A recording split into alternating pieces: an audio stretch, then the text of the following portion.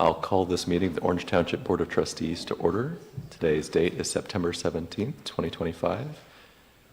Fiscal Officer Batten, would you please call the roll? Trustee Ringo. Here. Trustee Faust. Here. Trustee Knapp. Here. Please stand and join me in the Pledge of Allegiance. I pledge allegiance to the flag of the United States of America and to the republic for which it stands, one nation, under God, indivisible, with liberty and justice for all.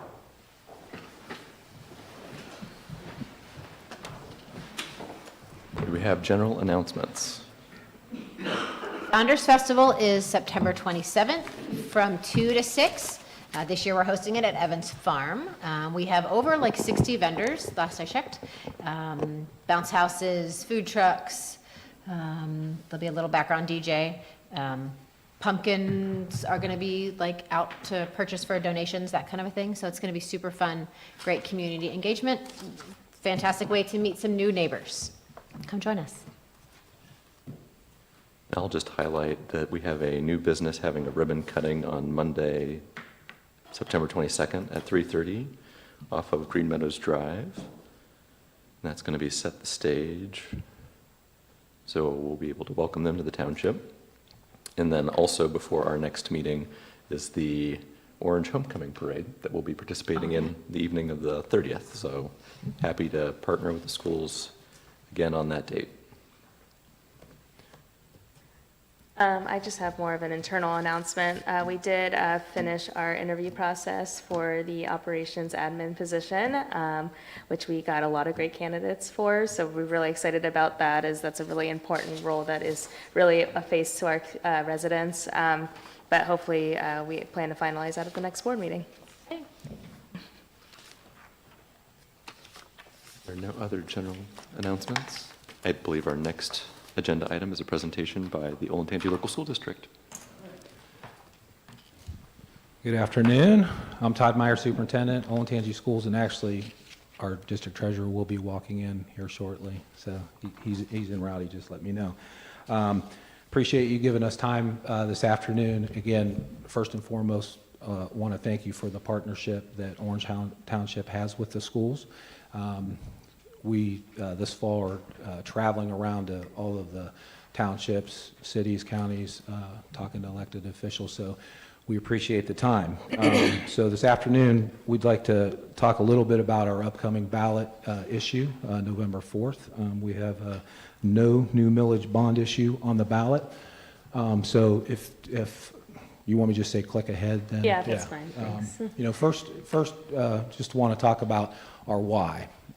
So as you all know, we continue to grow here in Olentangy School District. So this chart shows historical enrollment the last 10 years. So the last 10 years, we've grown by, excuse me, over 5,000 students. And so when I put this into context for us as a school district, those 5,000 students the last 10 years brought the equivalent of 5 additional school buildings. Our main challenge continues to be how do we manage the growth that continues to come our way. And again, we're a public school district, so when families move in and students move in, we have to educate them. So in the last 10 years, 5,000 students, we constructed Berlin High School, Berlin Middle School, Shell Meadows Elementary, and Peach Blow Crossing Elementary, 4 schools.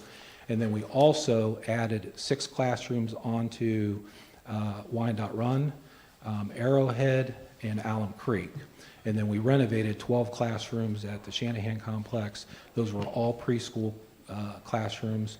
And so when you add all those up, it's 30 classrooms. 30 classrooms for us is an elementary school. So mirroring the past 10 years, the next 10 years, we're projected to grow by another over 5,000 students. So for us, in 2024, we were on the ballot. We were being proactive to really try to address and manage the growth that's here and will continue to come in Olentangy schools. We weren't successful on that ballot issue, and if you remember, the ballot issue consisted of a no new millage bond issue to construct 5 buildings, also an operating a levy, and permanent improvement levy. So it was a three-part issue. So when we weren't successful in '24, we had a lot of discussion with our Board of Education and also community members. So we decided to pare back the ask because, again, our biggest challenge is enrollment growth. Families are here, students are here, and we're going to continue to grow. So we have to accommodate that growth. So with that, we pared back, and we're going to ask for no new millage, bond only. So one issue, no new millage, bond only, to construct 2 buildings. If you want to go to the next slide, please. 2 buildings, because right now we're trying to address immediate need in the next 2, 3, 4 years. So you can see our elementary capacity there moving forward from last year through 34, 35, and then high school capacity. So currently, our elementaries, we have 17 elementaries. 8 of our elementaries are at or over capacity currently. Our high school enrollment, 3 of the 4 are over capacity, and 1 is almost at capacity. Actually, our newest high school, Berlin High School, just passed up Orange High School by 1 student yesterday. And we get the question as far as the size of our schools. So I'd like to address our elementary schools, our capacity in our elementary, we feel comfortable at 625. Right now, we're averaging 650 in our elementaries. The average elementary school in the state of Ohio, K-5, is 450 students. High school capacity is 1,800, and once upon a time when I was brought into the district as the first principal at Orange High School, our capacity was 1,600. We feel comfortable at 1,800, and again, 3 of 4 of our high schools are currently over the 1,800. The average high school in Ohio, 700 students. So we do run large schools, and it's a decision that obviously we've made as a community, but we have some pressure points at the elementary currently in the high school.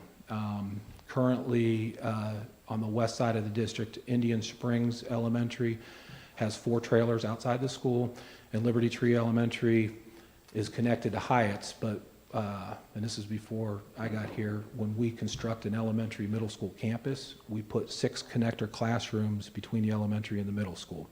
So those 6 connector classrooms are for overflow. Hyatt's used to use those. We opened Berlin Middle School, relieved enrollment at Hyatt's, so now Liberty Tree Elementary School uses those 6 classrooms. And if we did nothing, and this is just an example of those 2 schools, if we did nothing, those 2 schools would rise to 1,100 students, elementary schools to 1,100 students by 2030.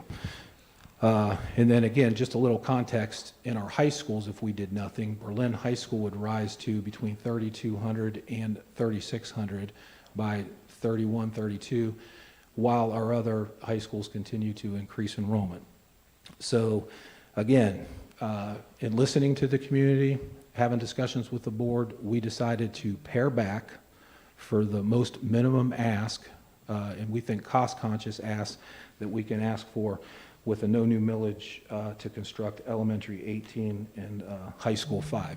So we also get a lot of questions about what does no new millage mean. We have actually done that 5 times in the district since 2000 successfully, and we've kept our promise as a district to not charge additional millage. So we're here, it's right here.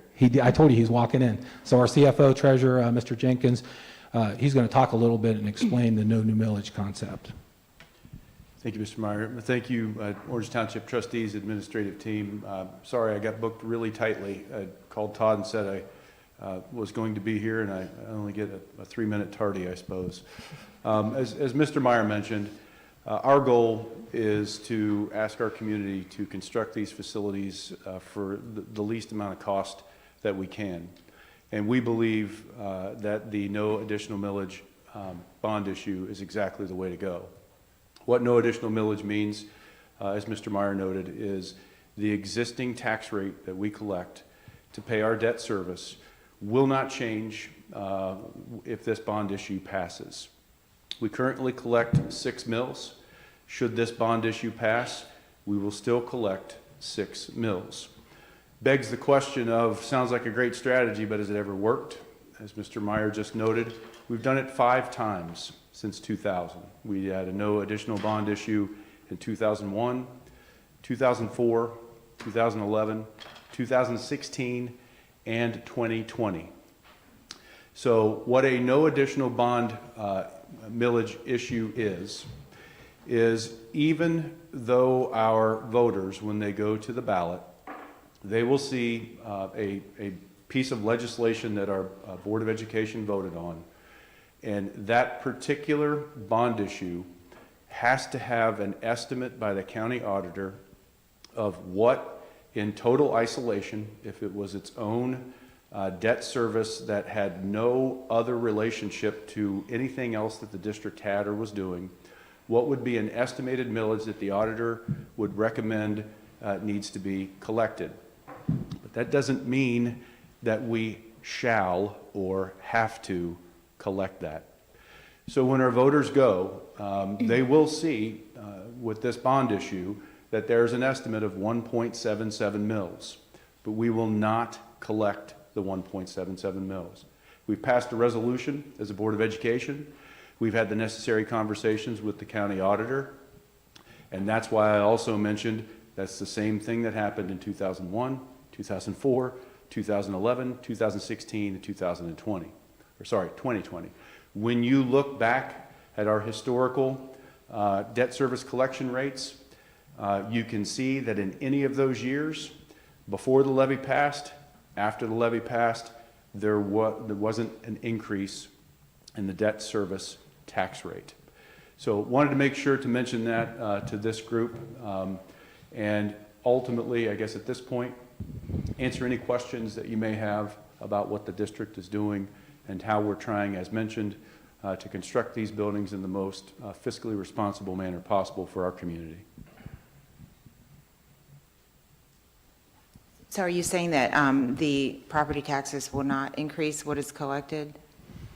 You can't necessarily say that property taxes won't increase.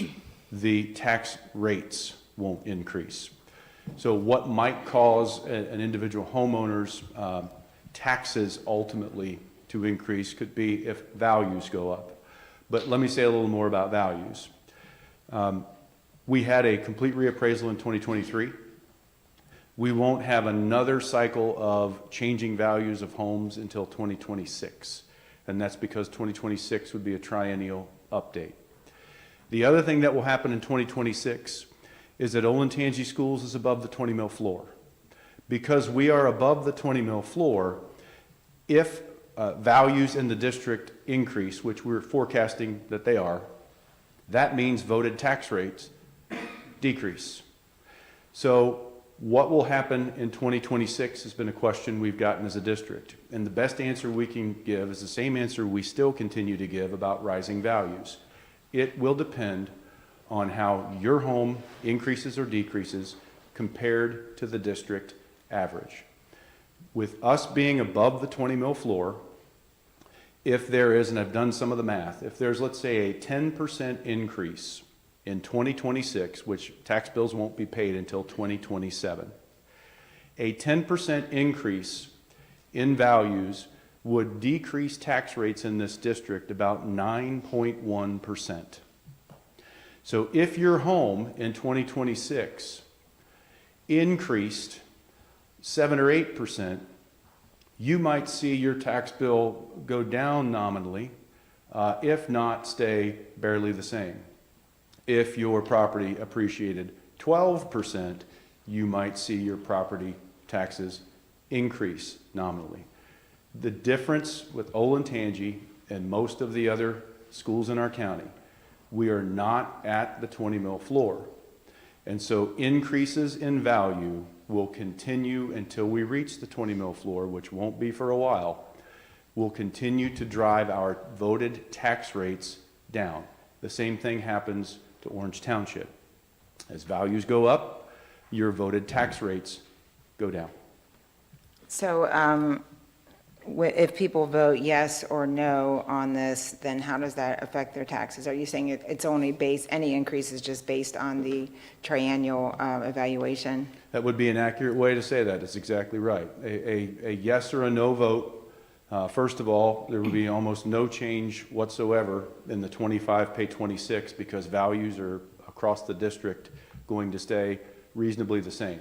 Generally, in your the 2 years in between a reappraisal and a triennial update, your home's value would only change if you filed a Board of Revision complaint. When we get to tax year 26, it will depend on what is the ultimate increase district-wide across the Olentangy geographical area, and then how did your home compare to that increase or decrease.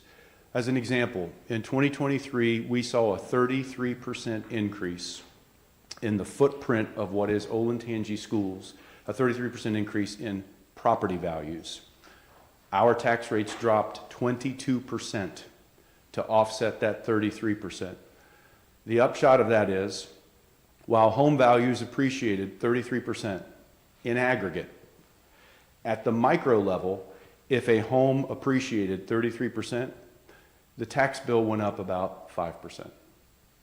It's still up, I get it, but most people think that a 30 or 40% increase in value drives a 30 or 40% increase in tax bills, and that is simply not accurate because we are above the 20 mil floor. So how are you explaining this to like residents who are voting on this in a simple manner? Any way possible. That's a lot of information. It's hard to understand. It is a lot of information. It's hard to understand, but every opportunity we get, we're doing the best that we can. It's a complicated subject, but generally what I try to tell folks, if I try to distill it as simple as possible, if your home appreciates about like every other home in the district, your tax bill would change nominally. If your home, for whatever reason, appreciates much, much faster than the average home in the Olentangy district, you may see your tax bill increase. But believe it or not, if your home still increases, it just doesn't increase at the same rate every other house does, you might see your tax bill drop. Okay. But here's the key. The rate is staying the same. Think about the alternative.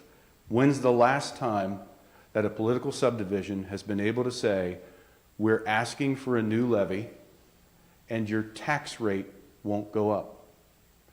It's unheard of. Generally, when you have a new levy, you know your tax rates are absolutely going to increase by so many mils.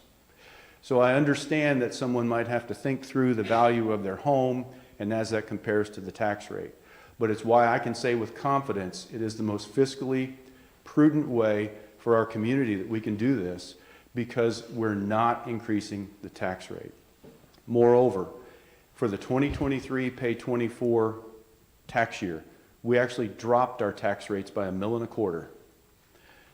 In the 2024 pay 2025, we dropped them another $250,000 for debt service. We have dropped our debt service tax rate by $1.5 million over the last 2 tax years. That saves the owner of an average valued home in Olentangy schools about $500,000. That would save that person about $230 a year in property taxes. I understand that that may not be the most phenomenal number ever heard, but the truth is, if we were still assessing that additional $1.5 million, that person would be paying an additional $230 a year in taxes. If we were to assess this additional 1.77 mils, which would be on this ballot, their tax bill would go up even higher. But as noted, the tax rate will not change. Okay.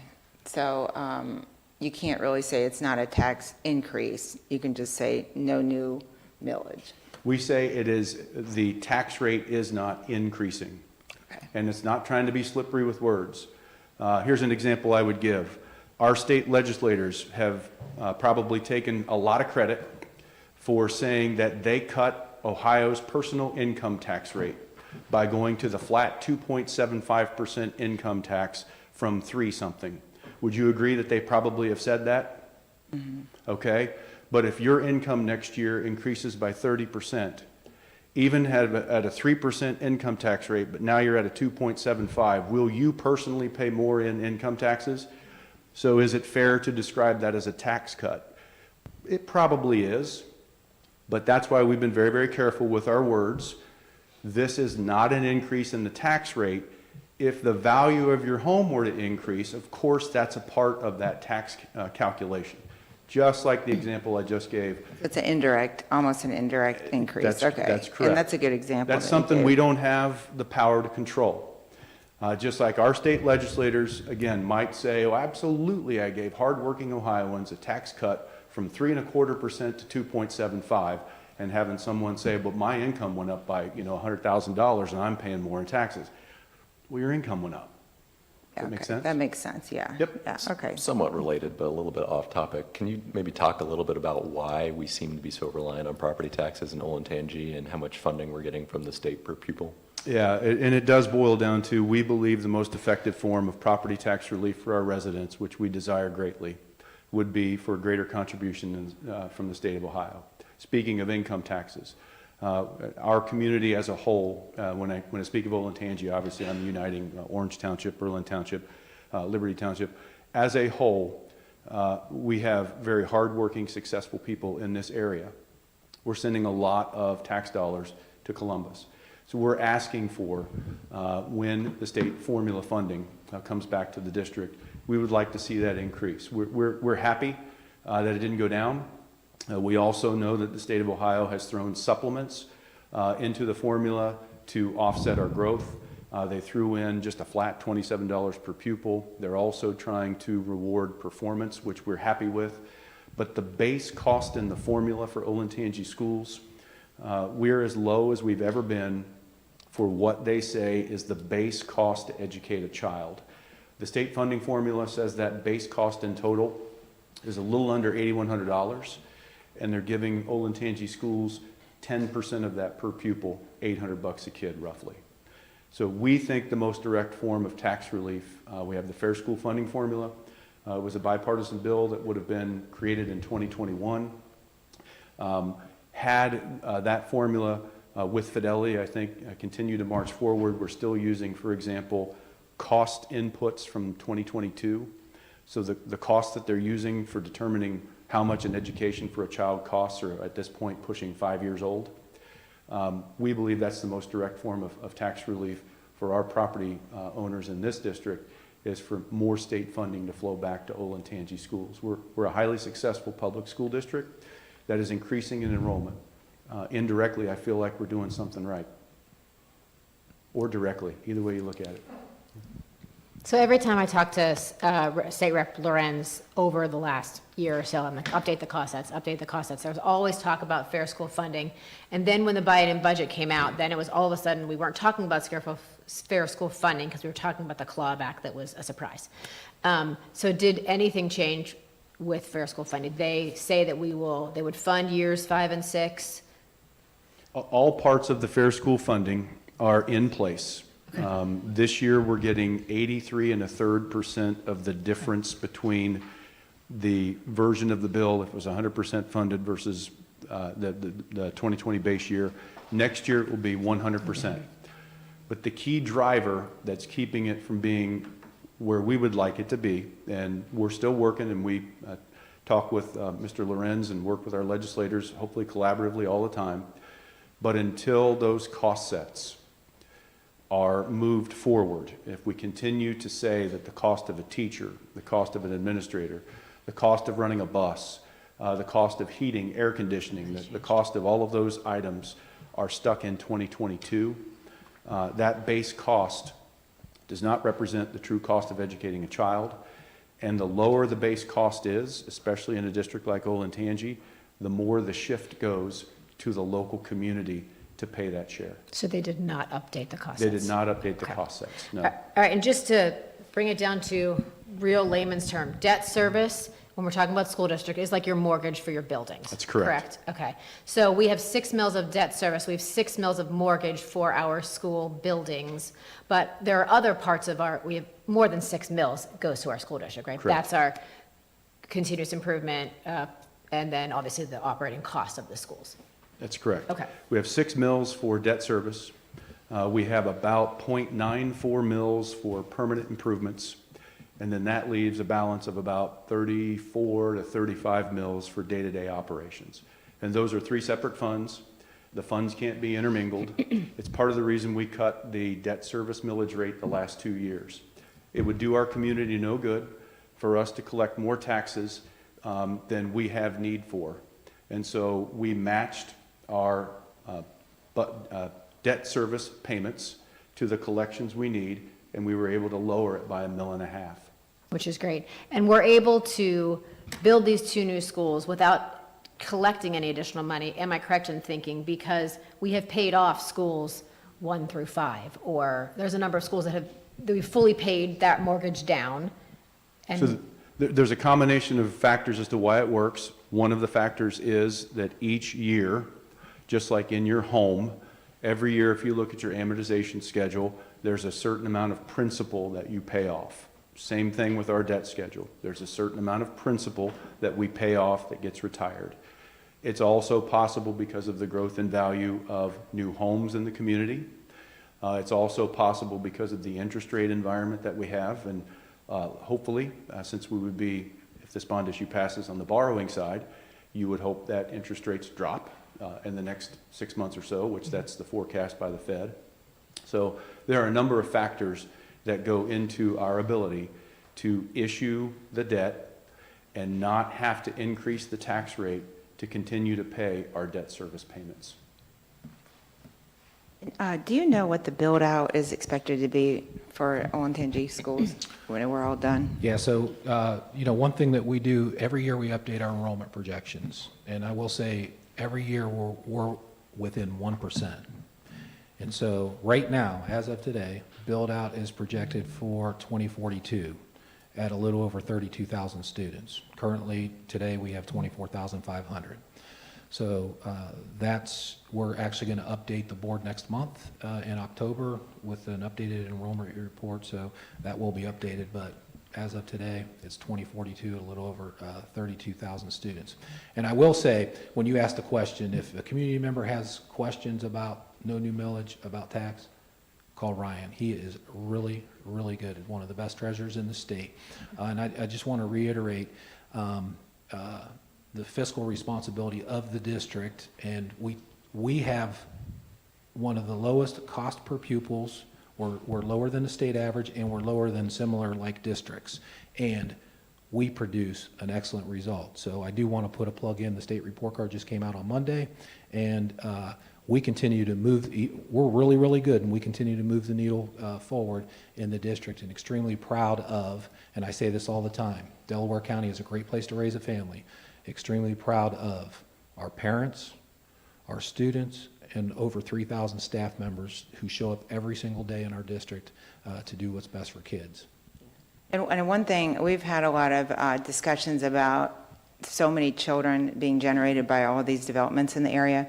And one thing that we can do is to keep our densities as low as we can, because that will decrease the number of school children. When you get very, very high density developments, they do tend to, produce more children, and that costs everyone.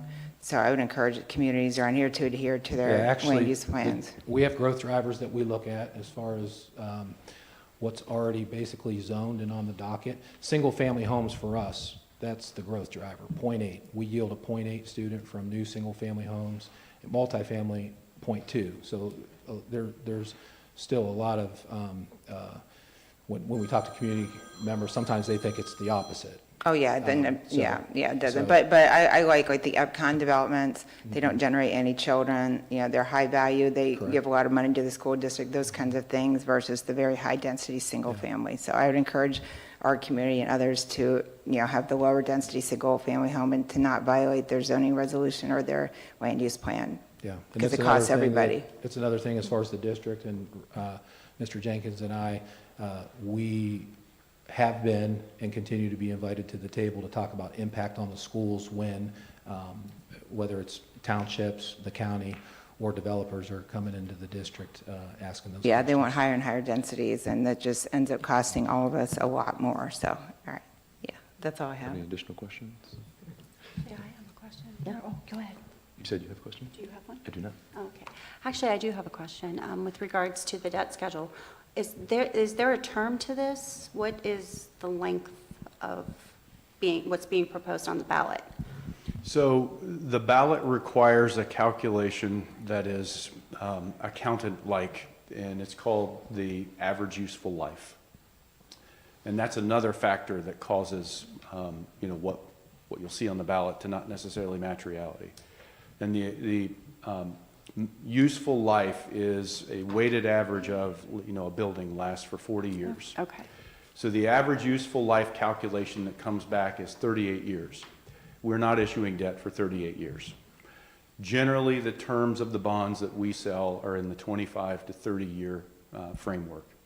Part of the advantage of that is you do get to peg the average useful life of the asset. Now, our buildings are going to, last more than 30 years, but the accountant frame of reference, average useful life, is tied to the fact that multiple years of kids are going to get to see and use that facility. That helps us to recognize also, as we spoke earlier, some of the growth that's happening in the community, because as new homeowners come in, they also are able to, for lack of a better word, pay their share of those particular bond issues, if that makes sense. Yes, and then you also made mention of resolution passed by the district that you would not increase the collected millage. What was the term, or did you guys keep that term in line with the debt schedule, or was it just for next year, the next 5 years, or what was? So that's a great question. It's why I brought up the no new millage in 2001, 2004, 2011, 2016, and 2020. If you do a walk in Olentangy history, and you look at any one of those years, and you look at the no additional bond issue that was passed, and then you look any number of years forward, you will not see the millage rate increase unless there was another bond issue that was not no new millage. But let me distill it down even better. Since 2011, we've done no additional millage for the construction we did in 2011, 2016, and 2020. Our debt service collection in 2011 never went up a single mill from that point forward, and has actually dropped 1.5 mills. So when we say no additional mills, we're not planning for, hey, we'll have this little bargain that lasts for a year, or we'll have this little bargain that lasts for 2 years. We've been able to say with absolute clarity, no additional mills is our intent on this bond issue for the life of the bond issue. So that is the goal, that we've been able to check that box every time, and we mean it this time too. And that was included with your resolution passed? I mean, I don't know the exact word of the resolution verbatim, but Yeah, I I don't do. know what you guys do, ordinances, resolution, I'm Yeah, sorry. I can send you a copy if you'd like. Okay. I do know that it says we anticipate collecting 0 mills. Certainly, one of the things that we try not to do as, folks who stand in front of the public is you want to be careful to say things like never or always. But what I will say is that we've had that question from the community. Is there a scenario where this won't work? Well, of course there could be a scenario where it doesn't work.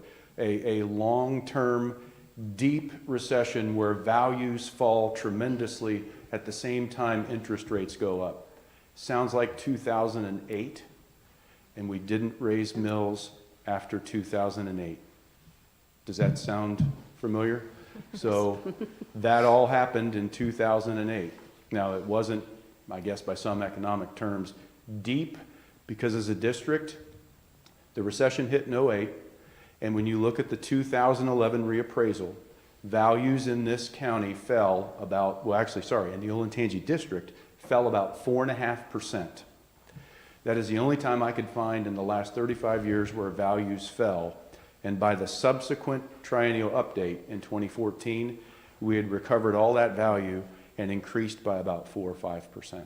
So the probability isn't zero, but we believe it is extremely unlikely that we would have to, in any way, shape, or form, raise those millage rates. We haven't had to in 30 years.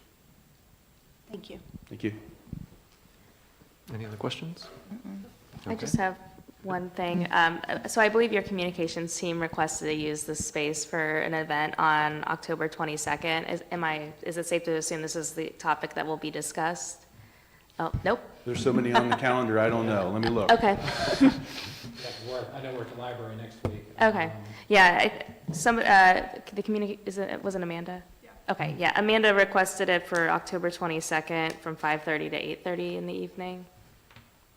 Yeah, that seems a little long for this discussion. We have 6:30 to 7:30. Oh, So yes. I don't know for like Yeah. setup or, Set up and tear down, maybe. It's, Yeah, for setup, we won't need anything that's elaborate. okay. I mean, pretty much that's just a conversation. And it is this topic? It is. Okay, thank you. but it gives our community an opportunity to come out and Sure, ask the same yeah. questions. Yeah. We appreciate your willingness to do that. So if I have consensus from the board to use this space for the school district and waive their fee? Yes. Yeah. Thank Yep. you.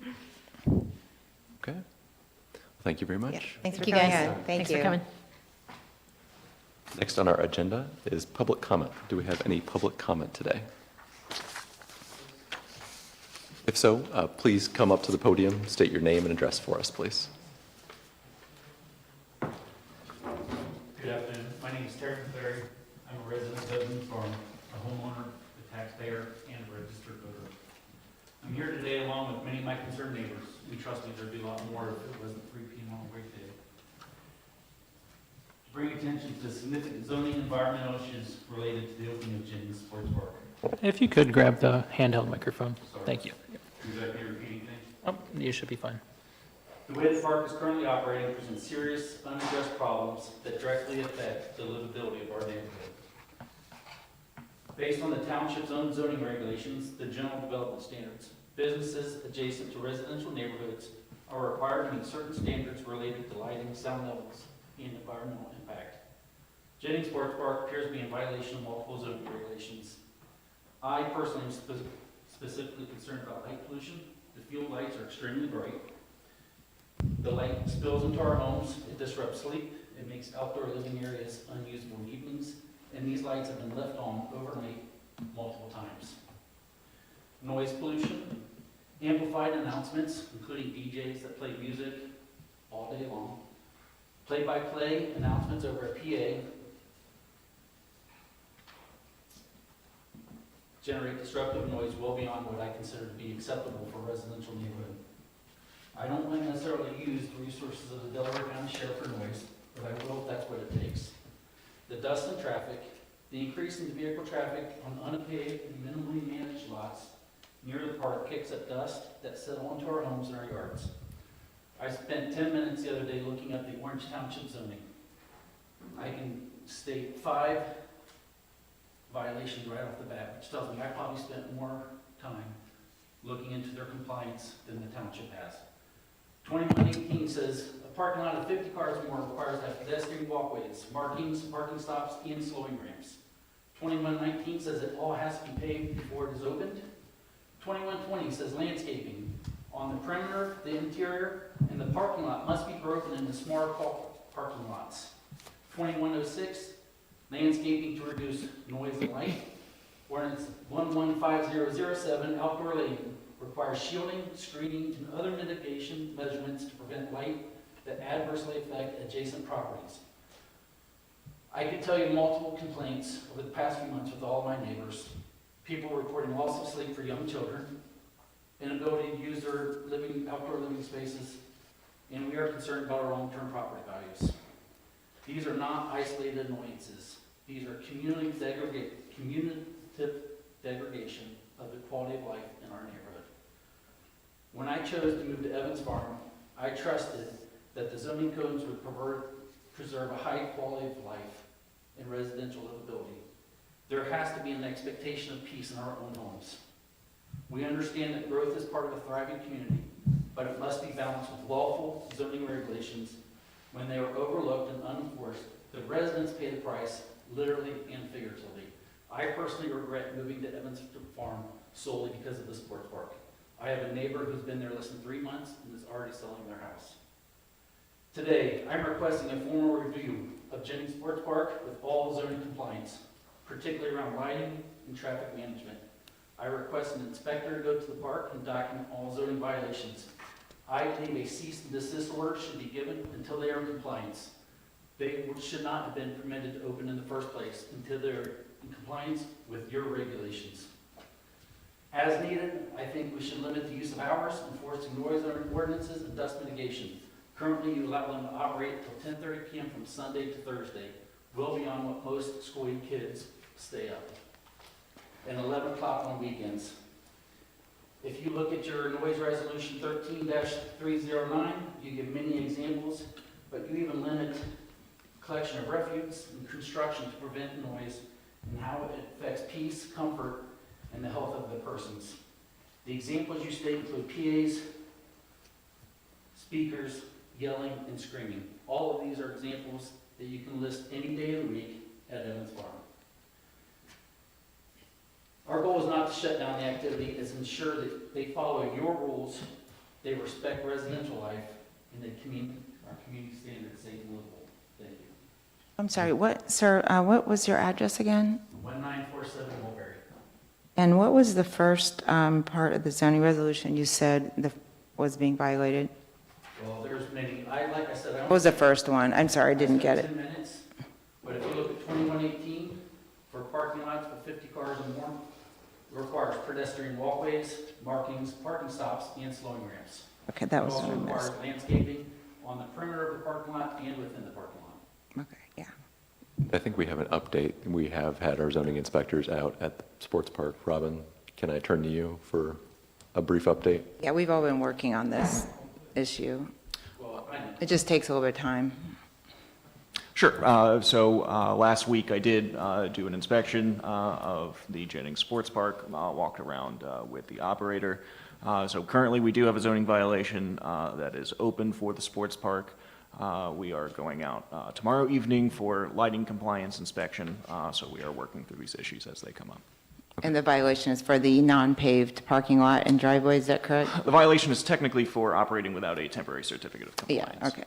Yeah, they should not technically have ever opened when they weren't in compliance unless they'd received the temporary, correct? Correct. So are we considering stopping operations until they are in compliance? I mean, If they shouldn't have been open I'm in in the first favor, place? I'm in favor of that, but it takes time to issue the violation and do the inspections. But now that it's been brought to us, to our attention, I drove out there the other night and listened at 9:30 p.m. and took some pictures, and I saw dust from people driving in and out. I saw a water truck that was parked there. I heard a lot of noise.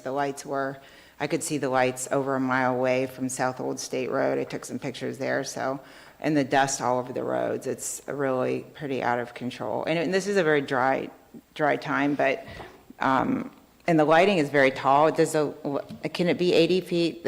This was zoned, when was this? Now, none of the three trustees. There's a zoning regulation that states the maximum light height for the light pole as well. But I didn't write it down, but I believe it's 30 feet. It's 80 feet. They have, so they're a planned district. Yeah. And so that means they have regulations that are specific for the area. Like my subdivision is a planned district, Evans Farm is a planned district, Jennings is, it's basically we have our own regulations for each district. And in Jennings, the maximum light pole is 80 feet. So when there's the zoning resolution states what they're supposed to be, but if they come in and they request divergences, then it is approved as whatever was requested. So if they requested 80 feet at that time, they were granted 80 feet. If they asked to stay open till 11 p.m., they can be open. So we have to look at some of those things, but Well, I would none of us were in request office. Before you offer final Yeah. approval, is look at the times you allow them. It's been- 10:30 during the week is way too. It's been approved already. And I just want to note that none of the three trustees here approved it. It was the prior board, and I vehemently objected to having such a large commercial development so close to residents who hadn't moved in yet. I knew it was going to be a problem, but I was out of office for 2 years, and that was approved while I was gone, and my fellow trustees, How do we petition having that change? it's been approved. Michelle, would you be so- able to speak to what the current regulations are as far as light hours?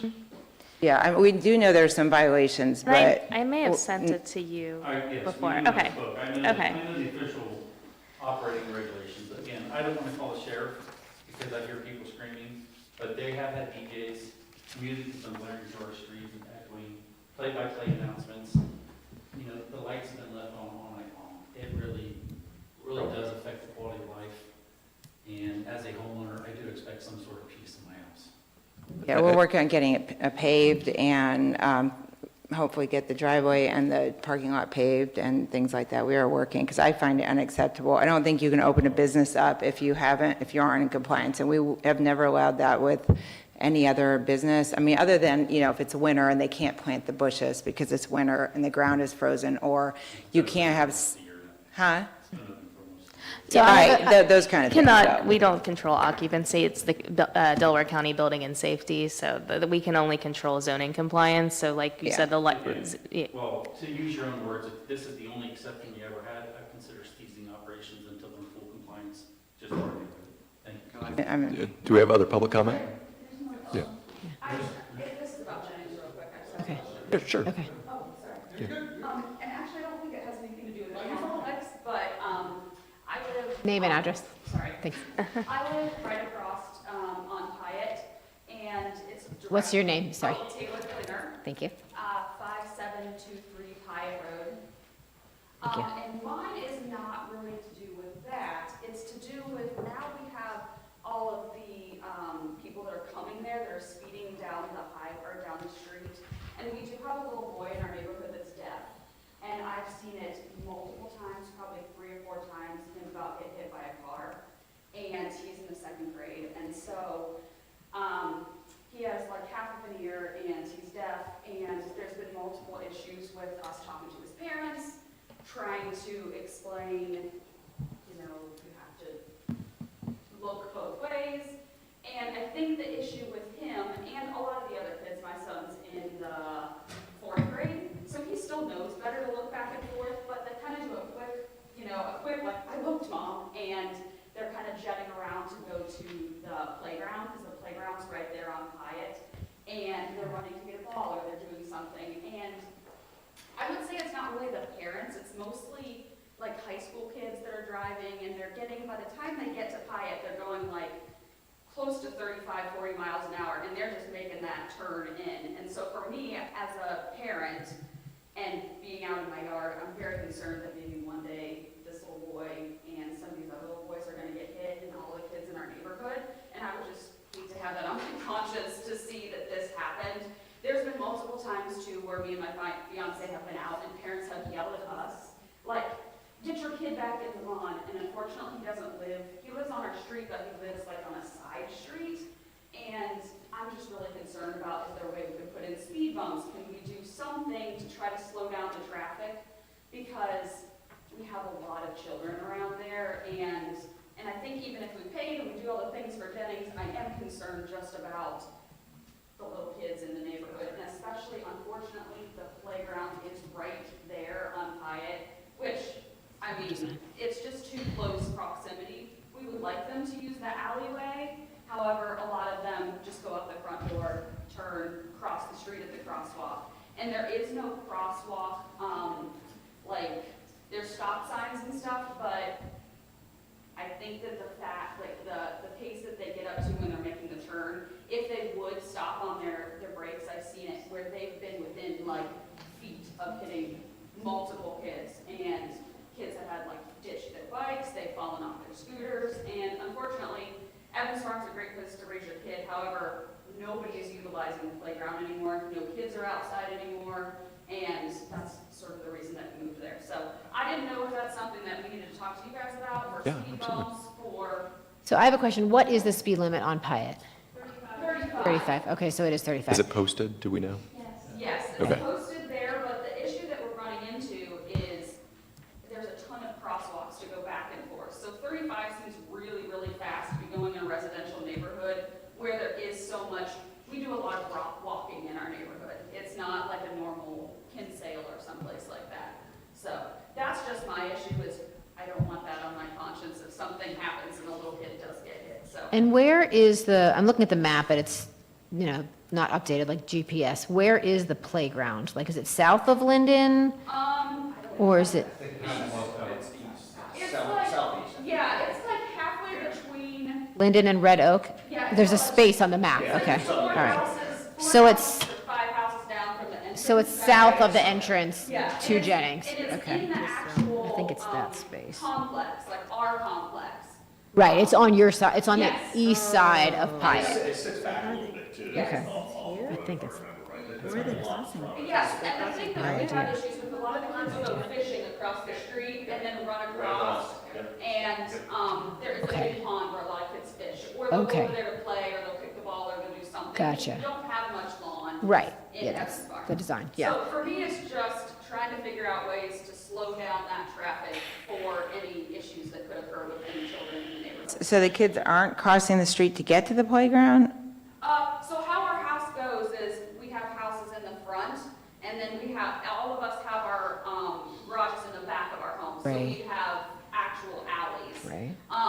But across the street is a, big pond, and then also some like green area. So on the Jennings side is this green space that people are There's using? 2 ponds over there that Okay. people actually do cross Right. Pine Road Yeah. to go fishing there. There's a ton of fishing. And are there crosswalks along Pyatt, like a striped crosswalk? Maybe we need a Closest crosswalk. crosswalk is right by my house, Playground, but yeah. and that's the only one that we have. And it's not really. I'm not catching the media, or the sorry. recording, so We- just try to have direct Can conversation. we get maybe a crosswalk, like one with a button or something in Yeah, the I was general going to ask, I don't think we've done area? an engineering study of Pyatt recently. And as to Pyatt is speeding going and- to connect, right? Pyatt is going to connect, and people will be it'll be It'll driving, be all the way over to like Arrowhead where the school is, like eventually it's gonna keep going, so Correct. I am. it'll be a thorough 35 fare. could be worse. I'm just worried about what we can do to make it so that kids can cross.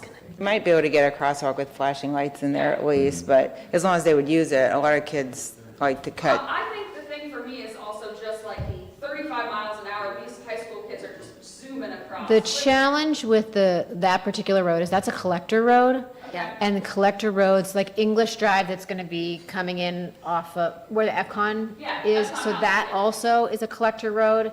And the deputy county engineer told us that that also would be 35. So that's, the goal is to keep traffic moving. Yeah, I get it. But if they're speeding, you can also call the sheriff's office and they can sometimes put a speed trailer there. Or we We might could be able to maybe, assist Evans Farm with putting in a flashing speed beacon. yeah, and we might be, If they do that, I'm not really sure, I don't know, because I take the alley to Right. get back, but again, I've just seen so many times this summer, especially that specific little boy who doesn't hear the cars coming. how old is he? He's 7. And he's out by himself? He's like in his yard and he'll cross the street to go fishing with his brothers and sisters and stuff, or ride the bike across. We do have a program where the township will pay for half of this, like a flashing speed sign. The HOA pays for the other half, and it will, it's like it's solar powered, and it will tell how fast traffic is going, and that does tend to actually really help. Do we have one there already? Sorry, if you're yeah, going I to speak, would you mind coming up to the, Yeah. well, you have to come up to the microphone to speak. Yeah, unfortunately, it's not on the record. There is one there? Would you mind stating your name and address, See it. please? Oh, I'm sorry, Brad Jennings, represent 5412 White Road. I agree with her 100%. There are definitely teenagers that are going through our parking lot doing donuts, which is stirring up dust. And we just now have our cameras installed, so we're starting to catch them now. So 100%, I agree with her on that. I've already spoke to the sheriff. We're going to start having detail at our park, so people will be there to monitor everything. The sound noise, we don't even know how to operate our speakers yet. Our speakers aren't on. So, okay.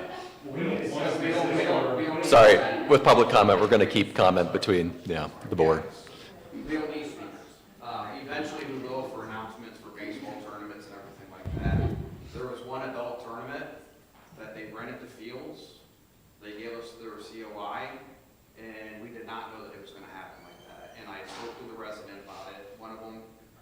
responded to me, and I addressed it. She understood it's not a every weekend thing. I can tell you that right now. We do not have speakers that are operational. On the way here, I'm actually trying to get with our IT guy to get our speakers up and running. So, we don't have loud music. We don't play music. Right. It was one event. I don't know if people drove by the park today, but asphalt is getting laid tomorrow at 7 a.m., starting at the front entrance. We have a water truck out there because, matter of fact, Corey needs to get out there shortly because it's been running for almost 2 hours because we're watering down what we have until we can get all the pavement in. And what will be paved? What part will be paved tomorrow? It has to be in sections, and I spoke with Michelle and I spoke with Robin about this. We can't pave it all at one time. It's impossible. So the first pavement is going to be from the front entrance all the way over across the bridge. That's going to be the first section. And then once that happens, because right now there's no traffic going through there now because our entrance at Pyatt Road is shut off, so everybody has to go through the north side. And it's not an issue, but I mean, we've informed all these clubs, we've informed the baseball teams, so they're very aware of what's going on. They've been very cooperative. They know that the lights have to be on 50%. I know that Sam, which I tried reaching out to Sam, left him a message, never got a call back from him. I've addressed every single email and phone call that has came through my to everybody. I've addressed it. And I actually had a meeting at our sports park and addressed everything on what's going on and where our time frame is. Corey put a list together for Michelle and Robin on what our plans are for the end of this year in 2026. So it's not that we're not listening to people. I know that people had said that we're just ignoring them and that we don't communicate with HOA. That's 100% incorrect. I speak with the developer almost on a daily basis. I mean, we want this thing to work just as much as everybody else does. I mean, we built this park for kids. I mean, that's the bottom line. The lighting, Robin's coming out tomorrow, so he'll be able to test the lighting. Everything is on code. So I don't know if I'm missing. What am I? Everything is what? It's to code. The lighting is the code? The lighting is. Sorry, Corey, I would you need mind to. stating your name and address? Yeah, my name's Corey Morris. So the lighting that we have there, as far as the height of the poles, they're to what was approved. As far as the candlelight and the photocell, it's to what was approved. Now, what we have done is we have actually turned that down. So as of yesterday, we finally got the lights up and fully operational. What we can actually do with our phones, our apps, shut them off and everything. So the actual lights are working on 50% output now, and that's been for 2 days. They were at 95%, which was still in regulation with you guys. But we wanted to lower it because we don't want to waste, we're wasting money, and if we are putting more out, then we can lower it, it's great. Not only that, now we can run each field individually. So if we only have one game going, only one field is going to be on. Yes, this stuff has taken time for us to do. It's been based off of whether just personally financing it with them. We did get a bond through the county, but that's a bond that we have to pay back to. That's not a bond. A lot of people think that bond was just given to us. That is not true. Brad has to pay that back out of his own pocket. Everything that we've done out there, we have tried to do the best we possibly can, and we've done it to the regulations that we've been told. And if we have done something wrong, we've always went back and tried to correct it and get it fixed as soon as we possibly can. And the schedule that I actually put out to you guys 2 weeks ago, we're right on it. Matter of fact, we're a day ahead, because I said it would be done by Friday. The actual first coat of asphalt is going to be done by tomorrow. So Is the lighting down lighting? For the dust and everything. Is the lighting down lighting? Or I don't know what's required, is All it? pointed down, none of it points up at all. Okay, can somebody, and maybe this is Michelle or Robin, yeah, I see that, yeah. So can you guys explain to Oh, I have us pictures too. from, so look, Yeah, I can see it a mile away. If it's downlighting, I literally drove and took pictures, a lot of pictures and videos. I can see it a mile and a half away off of South Old State. I mean, if it's downlighting, I don't understand I can see it. That means it's sideways lighting. Again, it's the same, it's LED downlighting. It is. It's not shielded, is that, I don't know if it's in violation. Like I said, when you go to schools or anything, there's several things that aren't shielded like that. There is a certain level of exposure that's allowed to happen. Yeah, I don't know what that is. I think, I don't know if is it 0.5? 0.4. 0.4. So, tomorrow when Robin and his team go out, we have a lighting measure to show if it is at that 0.4 foot Okay, candle. and that means that you go to the property line and you take your light meter and you see at the property line. So at the property line at the ground, that's where we take a measurement, correct? It's not I'm across the street and I can see a light pole and there's a light on. Those are two different things. So the regulation is about what is the light level at the property line. Yeah, because But also, it would only go less from there because it's. but isn't there a regulation that has to be downlighting or not? Is there, I don't know what I didn't approve it. I wasn't involved at all, so I don't know. Does it have to be downlighting? Yes.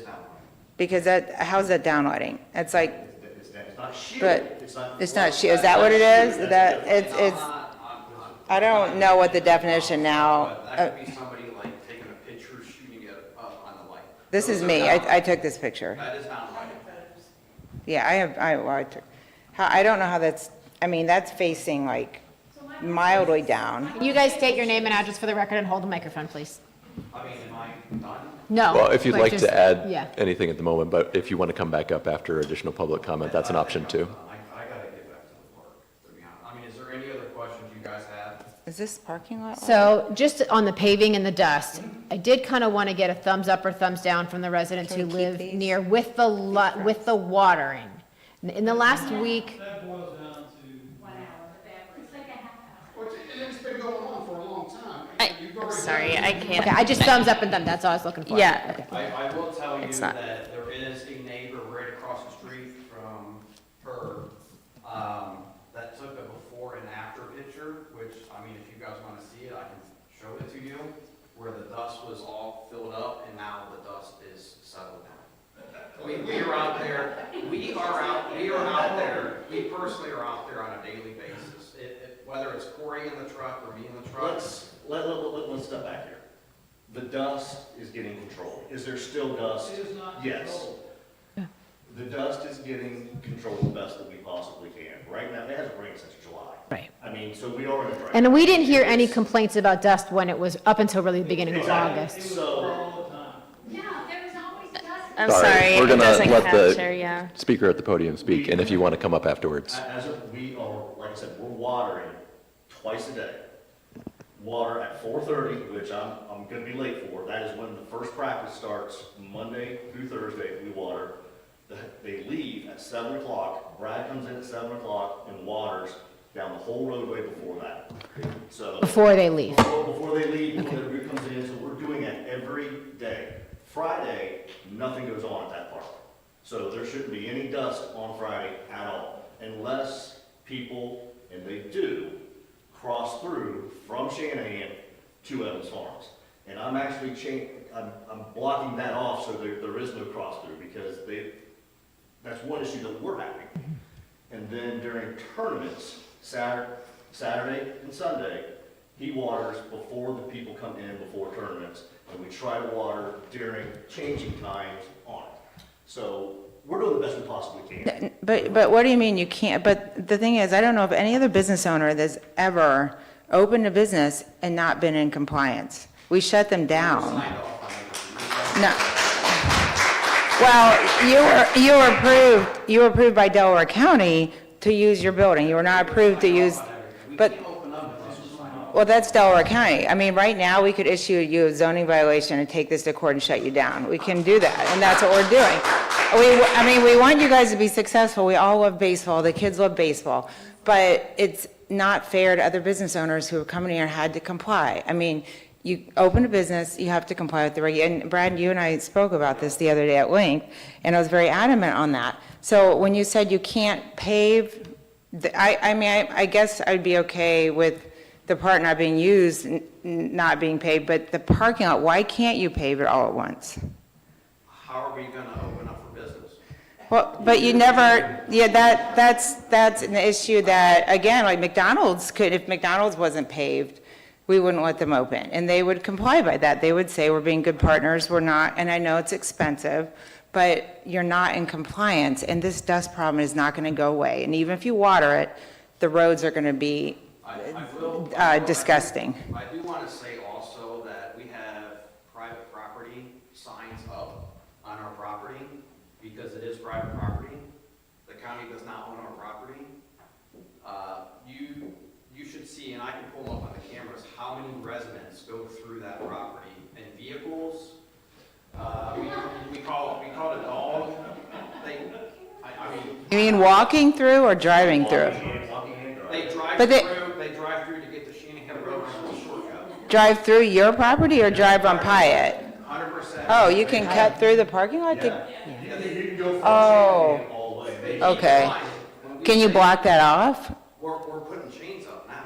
Okay. Because of the fact that. I've seen people cut through in We're Pyatt. talking about dust. Well, I mean, there's so many property residents that are driving through our parking lot to get to Shanahan Road, and But can't you just pave the parking lot next week? Take a couple days and just pave the parking lot? I mean, We can't wait till next year. If that's your plan, to me, that's not personally acceptable to wait till next year. we are, I mean, the front entrance is gonna be paved tomorrow. But what about the parking lot? I mean, It's- I don't know. It's going to happen. but when? So. This calendar year? But what people are forgetting is that it's private property. We found a resident having their dog. No, it still needs to be, Private property. it still needs to be paved. It still needs to be paved, even if it's private, It's private property. It's our property. So. it needs to be paved. As of right now, and if I'm correct, we have a temporary compliance for 60 days, correct? Is that correct? That is not correct. That is not, so No. what do we pay for the temporary for? Cease and desist. Yeah, so you have your application in, it has not been approved Yeah, yet. that has not been approved yet. So what would happen if you get shut down and then you can't operate at all? I mean, that would be bad. Yes. So they're paving the front right now. We need to put a game plan together to pave the roadway and everything going through there. In the parking lot. And the parking lot, or we decide park, I mean, yeah. So well, when I say parking lot and the roadway, so up on top, the roadway is the parking lot. All right, so that. Between the tracks and the fields, yeah, that's, So when I yes. say that, it's the Yeah, whole path tracks. going through. The right train tracks. Yeah. Yeah, okay, So when I that- said that whole thing going through there, yes. You're gonna pave that We have to put a game plan together. for now, just, I mean, that's the reason why we applied for the 60 days. but you haven't been granted. You're in violation right now. We could take you to court and shut you down right now, and we don't want, no one wants to do that. We want you to be in compliance, and we know it's expensive, but this has gotten really out of control, and it's just a mess. And we know it's gonna take time, but your options to pave are gonna be running out when the weather gets cold.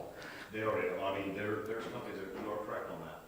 So. And you don't want to be shut down all winter and through the spring until May or whenever. I mean, that would be terrible. No one wants that. Well, maybe some people want that, but, overall, we all want to work with you and make sure you can stay open. But this dust it's really, I mean, I witnessed it myself, and it's really out of control, and it looks awful. It just looks bad. Too, is far as the part that we're operating. Oh, yeah, I'm not catching it now that you've put it down, so, yeah. It's only half the park. The other half that I showed with Rob when I was out there, we haven't even developed yet. Right. So you're going to pave the part you're using Yeah, that's the only part when I think. this year? And then would the, That is o- a discussion that. you guys have to figure that out. I will say right now, when we get our 60 days, it will be done this year. Wait, so I drove in, it was night, I drove in, and there's a big parking lot, right? You drive through the driveway, and there's a parking lot, and there's a bunch of fields to the north. You're gonna pave that whole area, you're gonna pave any part that's being used. They don't plan on it. I mean, I don't think that we actually have to pave The zoning requires Michelle, can you All pull of up it. the map? Yeah, Or can you maybe, pull up the or maybe a map? Jennings plan or something, so we can have a visual. Is Because that the possible? north, so that, which part are you using so far? I mean, I didn't drive very far So back. when you actually pull in off of Hyatt Road, in between Right. the two ponds. Yep, Right now, that is our main, entrance. But people still do come from Shanahan. yes, because Right. per requirements with the county and everything, we have to have Two two entry entrances points for emergency vehicles. So that's what we have. But people do use that back. Can't stop them because we have to have a gate. I mean, if I change it off during turn and stuff like that, we have to have that open. Okay. How many cars are we talking about? So, Coming off of, It sounds like you're I see kind of people like, turning here. I mean, this past weekend, we had, at one given time, maybe 30 vehicles. So less than 1%. so we have the driveway coming in, and then we have a parking lot that sits right there on. Just to the south east- of yes, the drive. South side. Right. And then we have a long strip. Right. Up there. That's what we're talking about. All those parts. That's, if This here? that is going to This. Basically, keep us Ha- open. Like halfway, it's, so Now, you, what we have to Trees, understand is, but- when we're saying pavement, this is just the first course, this isn't. right, not final, but it's not gravel. We wouldn't be, we wouldn't be driving on gravel. So, So basically, there's two halves of Jennings, right? There's the part that looks like a bunch of baseball fields, and there's the part that looks like a bunch of football fields or soccer Yes, fields. that is Right. undeveloped right So now. that's the north part. Yes. So what I think you're saying is that you're going to pave everything that's from, basically the south, that dividing line Yes. between the north and the south, Yep. all that down. Yep. And then, how would you keep people, because it's really an unused space, the northern part, how do we keep people from coming in from Shanahan? I will, during the weekdays, we have to chain it off. Okay. But during tournaments, code what? You need to have the emergency access. Okay. And there's no way of stopping people from coming. So down. what that means, just so the residents are aware, that to keep the dust down and is people not driving on it, then all people entering and exiting Jennings Farms will be entering off of Pyatt.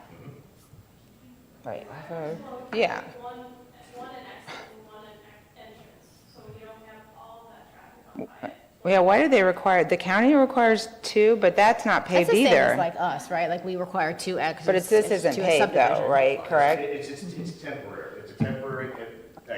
Right. And that's what it's labeled as, because Because they, what's happening is people drink alcohol at that park, and then they drive completely through. And now we have it happening in front of our neighborhood, at the restaurant. Do you have any additional questions for them specifically? Or we could get But additional public are we, comment? is the driveway then, but the driveway coming in from Shanahan is still But that's creating an, dust? that's correct, but that is a construction site, right? That just, construction part hasn't started. It makes zero sense to pave that part until those soccer fields are built, because you don't pave again, Well, like those we said, you parking, would. yeah. The parking lots maybe, but It- isn't the driveway causing dust? Is this the driveway here? The driveway's here, off of Pyatt. So is dust still being created from the entryway? I've seen people go that way and a lot of dust. So that is still creating dust. The only reason we have that, the only reason we have that on the Shanahan is because we were made by the county to put that there, because there needs to be, one is a temporary and one is a permanent, but we need two So- entry points into the park. So when Jennings is complete and Pyatt is complete all the way up, will the second entrance, It'll be three. but it'll be off of Pyatt, Everything, just so more you north of have- You Pyatt? have the one that's coming between the ponds right now. Okay, And then you have one on the other side of the ditch, right between the separation point, right there for the building. Well, that building's not gonna be there anymore, but there still will be an entry point there. And then all the way up on Shanahan, where the temporary is in. okay, So at the but top, none the of- bottom, and the okay. middle, essentially. Yeah. okay. But all off of Pyatt, or is that Shanahan one gonna be there? Like, it's basically maybe this Pyatt, you know, it doesn't matter. Okay, we don't know It's yet. supposed to move, you know, Right. eventually too. Okay. But when is your season over for the year? Our season ends, well, we have practice year round. I mean, let's, Baseball's over in 5 weeks. but soccer practices they're gonna be there year round. Are you using it for soccer currently? Oh, yeah. The fields are open? So you'll just pause operations for however long it takes you to pave that parking lot and We'll the have- other part of the we don't road? want to pause. but- I mean, it's like what we're doing right now. Right. We told the clubs, hey, the main entry's closed down, please come in the back. The other thing that we are putting speed limit signs up this week Okay. for 5 miles an hour.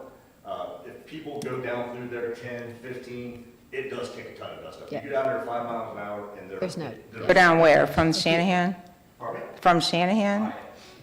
Like, We are. Okay, Shanahan. it's like in the Pyatt, schools, okay. like it says, 11 miles an hour, whatever it is, there's, yeah. Yeah. But so that, the problem is that dust will continue as well. Well, down Shanahan, but again, it's a construction site. You But can't that's pave a construction road. site. Isn't that a road? No. It's not going to be a road, it's a temporary access. Temporary access. And why did they require that, the county? The county for emergency vehicles. So what they say is they need 2 points of entry. Right. Say if they have an accident, we call the emergency vehicles, but there's an accident out there on Hyatt or Lewis Center, they need a second entry point Be able to into get in. there off, that's different from that. So couldn't that just be blocked off and somehow made an emergency access with like a Knox box? We can block it off during weekday operations.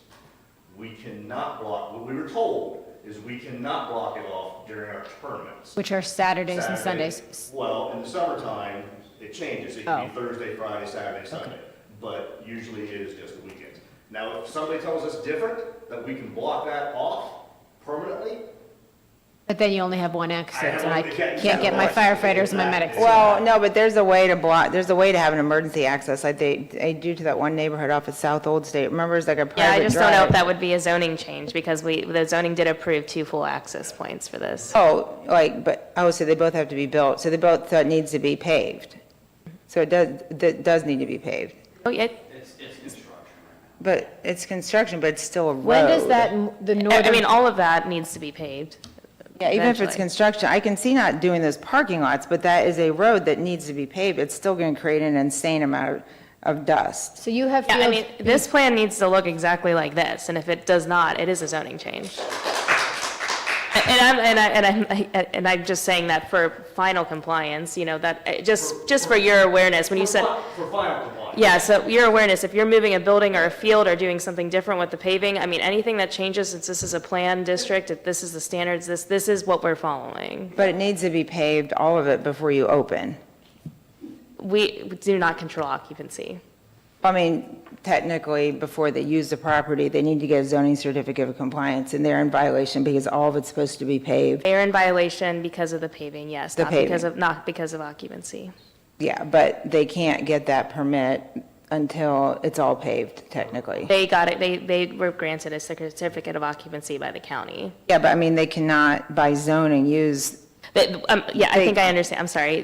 We cannot grant final compliance until it's all paved. but they're supposed to have final compliance at this point. We offer temporary compliance for I situations. guess like typically, these, the yeah. county doesn't grant occupancy until they've received final zoning compliance. Would that be accurate? Or that there's 2 independent processes? Independent.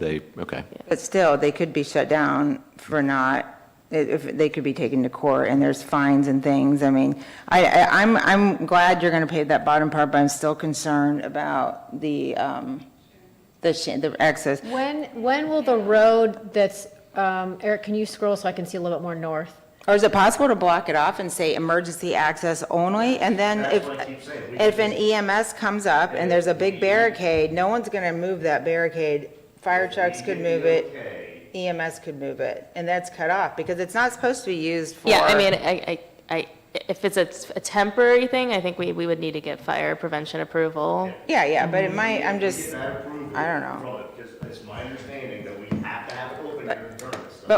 but actually, I feel like it either has to be open all the time or not. I mean, if you're going to say it's for emergency access, there could still be people there. It doesn't make sense that I don't even know if you could block it off during the weekday technically. I think it probably needs to be open access to emergency vehicles at all times. I think it's not for people coming and going, it's for emergencies. So Chief, is there any way to put up like a temporary thing that closes it off? But obviously, if a fire truck came, you could just move it? Like, just like a barricade, that no one's going to get out of their car and move a barricade. Without looking at it, we can speculate all day long, but without looking at and seeing, yes, there's supposed to be, especially when it's open, there's needs to be 2 points, because it's not like a residence that's open 24 hours a day. They're only open certain times, so when it's open, there's usually 2 points to the entrance in case one's blocked or we can't get through a certain way, so that way we have an access point. And then you also with, having different points of access allows for if there's an emergency that is active threat and people need to evacuate the area to get out. So we gotta be careful with that, so I'd have to look into. Did you look a at little that? bit. Yeah, But also, that makes if we do sense. anything where it's closed at a certain time, that there'd have to be keys that would have to be given to, it's not just us, it'd be law enforcement. I mean, of course, we can cut stuff, but keys have to go to us, keys would have to go to Delaware EMS, so we'd have to coordinate all that, so. But even if it's just a big barricade that just you move by hand, just a, You don't even have to barricade it. What I was basically. you know what I mean? You could still get through it. Most people aren't going to And get then out of their just give car. everybody a copy of the keys that needs it. Yeah, if that would work, because then it would cut down on all the traffic, except for in case of an emergency, all the traffic coming through there, because that is still going to continue to create a dust problem, even if we did grant a temporary certificate. But can you look, I mean, would you be able Yeah, to we look can into look that? into it, I just wouldn't want to make any decision right now, Right. because without. I just didn't know if you heard figuring of out. something like that before, okay. I think So we're we've still got working some on it. additional public comment. Do we Oh, have any other immediate questions? Yeah, I think that's We'll all get to my you. questions Sorry. for now, Okay. now. Okay. Thanks for your time. Well, thank you both. So as of right now, so we are clear, we will No. continue with the paving. Right now, I just have the front entry scheduled, so I need to go back and. Schedule the rest. I will address that and get a schedule to Robin and everything, when all that can be done. When do you think you can get that scheduled, Robin? I'm hoping, I gotta make calls tomorrow, so Right. I'm hoping yet this week. Okay. So, and then it's gonna take, availability. Right. So Get it. luckily, it is a slow season right now for this, so Okay. we should be able to. Well, and then also if it's not being used anymore and we give you a 60-day and it's not going to be used anymore in 5 or 6 weeks, then what's the incentive to even finish it up? Say that again, I'm sorry. If pretty much, most of the use ends in 5 weeks and we give you 60 days, then, What's our incentive? yeah, to get it done before the 60, and we can give you a 2-week certificate. We're not, it stays open year round, so our incentive is, because we have to. Keep it year-round, okay. Yeah, we actually have soccer clubs that are asking to practice in January and February if the weather is permitting. So we In the same are area, okay. open year around. And Robin will make the determination on a lot of this stuff, but I would, if we could work, if possible, to cut that northern part off, because it's still going to create an insane amount of dust, people cutting through, if it's possible. I mean, that So my question, just big construction schedule, that entrance just north right there between, like, south of field S4, is that where the road is coming in? So, yeah, eventually there was planned, right there, that was a second entry. Is Pyatt Road built that No, far it is north? not. Okay, That that's what I was didn't understand. So that's the Okay, other thing, is Pine Okay. Road's not all the way through either. gotcha, And then okay. the other one is way up. Way up, closer there, to and Shanahan. Actually, at the It's that intersection of Shanahan and Pine Okay, is where. that makes sense. All right, that's what I needed to And know. it might even be something where you close it off, but, like, fire trucks can get around Yeah. it, but it's closed off, but, Like I said, yeah. how I was planning on actually closing that off is just changing it. And Yeah. putting sorry, we're closed, something like that across it, where. if And like, emergency do not vehicles Oh, enter they could something at just- Shanahan, so you're not driving in and then having to turn back out. Had to go through Yeah. there, they could snap. I mean, Just they could bust snap it through, yeah, something like that, because I think it should be like that all the time because of all the dust. You'll have thousands of cars. Be like it all the time. Yeah, well, we'll look at that, but nothing's been officially decided. You're going to work with Robin, so you haven't been approved for anything yet, and we're all giving input and having discussions, so, So Yeah. I have a couple to-dos from this conversation before we get into further public comment. We will work with Jennings and the fire department to see if we can temporarily block that second access point and see what kind of measures we can put in place. Tomorrow, the zoning department is going to look at the lighting levels in the evening. We will be requesting a paving timeline for the parking area, and then we will work on issuing the temporary zoning compliance. And I think we want to also potentially, resident feedback, look at installing, maybe in partnership or just installing a flashing speed Oh, yeah. sign Oh, on Pyatt. On Pyatt. Or the- Is that already, wait, that's not. the flashing speed sign or the flashing The- crosswalk, or Is it private property I where the can- ponds well, are? I'm sorry, trustee Ringgold, I think what I would like to, I would recommend. Investigate Yeah, doing road an improvements. engineering, requesting engineers' Yes. assistance on Yes. a crosswalk or some type of safety measures for private Yes. road. that's what- Are kids there accessing the ponds? Are the ponds public to the, The ponds are public. okay, all right. I mean, it's kind of a gray area, but they all know. Okay. We call it And we're going to look at the downlighting, right, to make sure it is downlighting, because there are definitions. I mean, to me, it still looks like sideways lighting. I mean, downlighting is down. Parking lot lighting looks like it's downlighting. Well, if it isn't downlighting, I would assume it would be in violation of the lighting. Yeah, I mean, I'm talking about exposure, the so- baseball field lights, that when I went and looked, they were not down, they were at an angle like So- this, and that was flowing. The way. I don't know what was approved. I don't know what was The way approved. those lights are set up, and we'll actually have a map from the lighting company. They are set up to hit certain spots on the field. Yeah. That's the only way those lights will work. So those lights are not pointed up or anything like that. They are pointed down to make, there's a certain light that you have to go on those fields for them to be playable. So, and if there is a certain amount of light that does go up, don't get me wrong, because if you're hitting the fly ball, you need to see, But far as the photometrics and all that, they are to what they were supposed to, Yeah, but this, I mean, like, these are the pictures I took, and those are facing like, I don't know. disagree. But I mean, I could be wrong. Maybe that, Robin will check to see if that was approved. I mean, I wasn't here then. So Robin will go and check all this, and we'll just keep working on this very quickly. Okay, well, I think we've Thank you got guys some for being here. additional Thank you public so much, comment, and we have a so- few more people that want to Thank you both. give some comments. Thanks for coming. We appreciate it. Comment though, in regards to the lady about the speeding. We live in Liberty Township, and we called the sheriff's office for our development, and they put in those flashing All right, can you- signs Use the mic. Pick up the mic if you wouldn't mind. Yeah. I'm sorry. We live in Liberty Township. We called the sheriff's department for our development, and they put in those flashing speed light signs or whatever you call them for free, so. Did they come and put a trailer out for a They week, did- or did they they did- they did install that. the permanent ones? So initially, they put in the trailer, Okay. they did all the analytics, Right. and then they said, yeah, you need one of these here.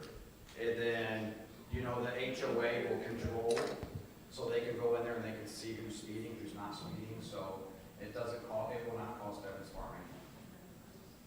But, Just a recommendation. well, with the township, we have a program where we pay half, and Evans Farm would pay the other half. So I don't know, I you don't might, think you would have to pay anything, because you guys, Orange Township's also sheriff's department. We didn't pay. the sheriff's department put those in? That- We I can bet- look into it. We'll look into it. Yeah, we'll look into it, yeah. We'll look into it. It would help. And call the sheriff if people are speeding also, or Yes. trespassing or whatever. I mean, it's fine. I mean, if people get cited, they get cited. Okay, thank you so much. We Thank have you, a guys. few more public comments to come right If you behind wouldn't you. mind stating your name and address, please? I'm Bryn Burko, 1969 Mulberry Lane. So Mulberry kind of dead ends, and then there's a little park area, and then there's Pyatt. This is what shines, so my house faces south, so it doesn't face the park, but this is what shines in my little transom window. This was taken Monday at 9:00 p.m. So, just wanted to share, and that's pretty aggressive. Yeah, I took a lot of pictures on Tuesday at around 9, lots of pictures. Thank you. Thank you. I'm Julie Harris, 5731 Pyatt Road. I spoke last week. I briefly would like to just share with you what has occurred since I spoke here at the last meeting. Immediately following the meeting, I received email from Mr. Jennings requesting me to call him. I chose not to do that. A few days later, my neighbor, Sarah Beal, and I were in front of my house, and we were confronted by Mr. Jennings in his vehicle. We tried to have a discussion about the paving.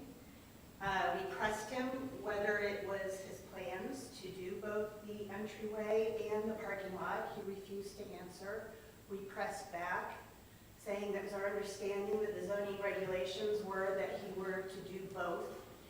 And then he proceeded to gloat about the fact that he circumvented going through the trustees and following the zoning, and that he managed to circumvent all that and go straight to the county. Okay? He also then gloated about the fact that it was private property, that he would do what he would like. And then finally, he shared that he was not concerned that we were showing up at these meetings because there were only 5 of us complaining. So, I would like you to take that into context as you consider whether giving him 60 days, and you consider whether allowing him to make the rules to follow the zoning on his own terms. I'd like you to name one other business to all of us that you've given that authority to. Thank you. Thank you. Thank you. Just state your name and address. Brad, I'm sorry, Sarah was behind you. We do not, I don't want to have that as I'm sorry. That didn't happen. She can forward it. I'm Sarah Beeler, 1891 Linden. Mr. Jennings brought up several things. I just wanted to clarify, Mike, because you had said you never heard from the residents. Well, first of all, many of us didn't live here in February when they started to operate in March. And second of all, the other thing that he has done is keep saying it's going to be, and we believed him. And yes, that's our fault. We should have been here starting in March, but we weren't because I met him once and I believed what he said. And so we waited and we waited, and unfortunate, rain or no rain, that's when the dust, and thank you for driving through, Lisa. And I also live on Linden, and I do not believe that any resident is driving through, because if you've driven the parking lot, you have to go immediately to the car wash. So no one is cutting through, it's people dropping off their kids. Thank you. Thanks for considering. Thank you.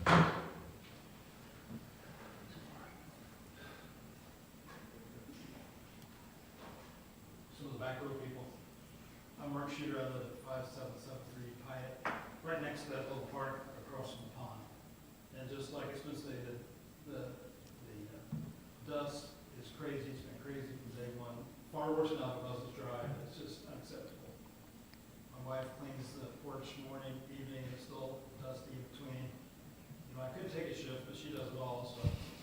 Then, the traffic is crazy. And when we were originally communicated how this project was going to work, it was sold to the community, our community, by the Evans Farm developer. This was going to be an extension of our community, and it was going to be kind of integrated and all this. And it's obviously it's gone quite the opposite. And so that we were told there would never be that traffic coming through Pyatt. It was supposed to happen. How it's going to go, I don't know. But it's obvious, it's just the volume of it and the speed of it. And our little park, you know, there's all these little kids, you know, they're little, and, you know, Jayla, occasionally, my wife, you know, she has to go out and kind of grab a few, keep them from going on the street. Our family used to park on that road, but you can't find a time to even get across when it's the busy traffic. And so obviously, it's just something needs to be done. Thank you. Thank you. Thank you.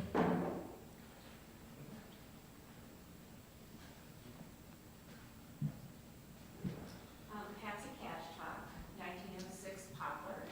I do have a question for the Jennings folks. Well, sorry, for public comment, you can direct the questions to us and then we can ask them back to them. Sorry about that. That's okay. My question is, as we are having them consider to closing down the north exit entrance for, you know, police, fire, whatever it is, how many people are coming through that today? And then my second question is, how many people on an average weekend of a tournament are there coming into Jennings Park? Okay.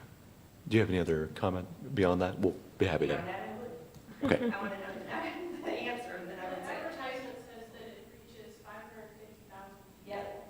So my question is, as we start to think about cutting down entrances, exits, whatever, regardless of whether it's, you know, the north or through off of Hyatt, all that traffic will come onto Hyatt.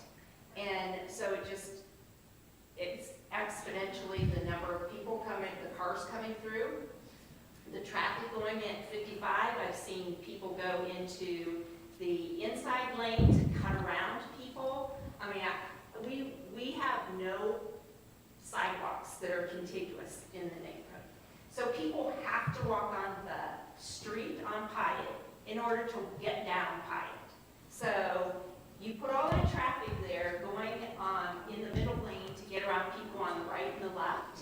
And then you have a deaf child trying to cross, or anybody. We have a running group that actually runs there on Monday morning or Monday evening from Standardized Brewing.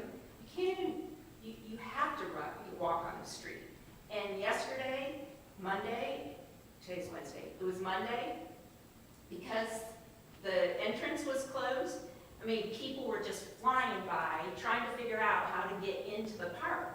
So you're dumping all that traffic into one entrance because you don't want to pave it. It's just putting 50,000 cars in there, 10,000 cars on a weekend. Very, very, very dangerous. So just consider that. Brad, did you happen to have the traffic counts off the top of your head? That's why I'm up here. I can send you guys over, we did do a study for the traffic, and it was approved through the county. The fact that people are going back and forth, I know everybody's probably blaming it on the Jennings, I understand, but there was only 2 clubs there on Monday. Both clubs were very clearly informed that they go through the north entrance. And we actually reached out to the clubs and asked them, was there any issues? And they said, no, everybody followed what I mean, there could have been a couple families, you know what I mean? But I understand anytime there's traffic, it's going to be on us, and I get it. But no, we did do a traffic study, and everything and we can send that to you guys if need be. Okay. And there's definitely not been 550,000 people this year, I'll tell you that. I mean, What's the weekend? What's your first? Sorry, yeah. All right, sorry, that is Yeah. correct. That's when we own 56 and a half acres. We only have 20 acres done. If it was 100% complete, it would be 550,000. In a weekend? For you, For a year, okay. Yeah, and it's not even, I mean, we just opened up the end of March. I mean, we had one tournament in March, so we've not been open up. When is Pyatt Road going to be done?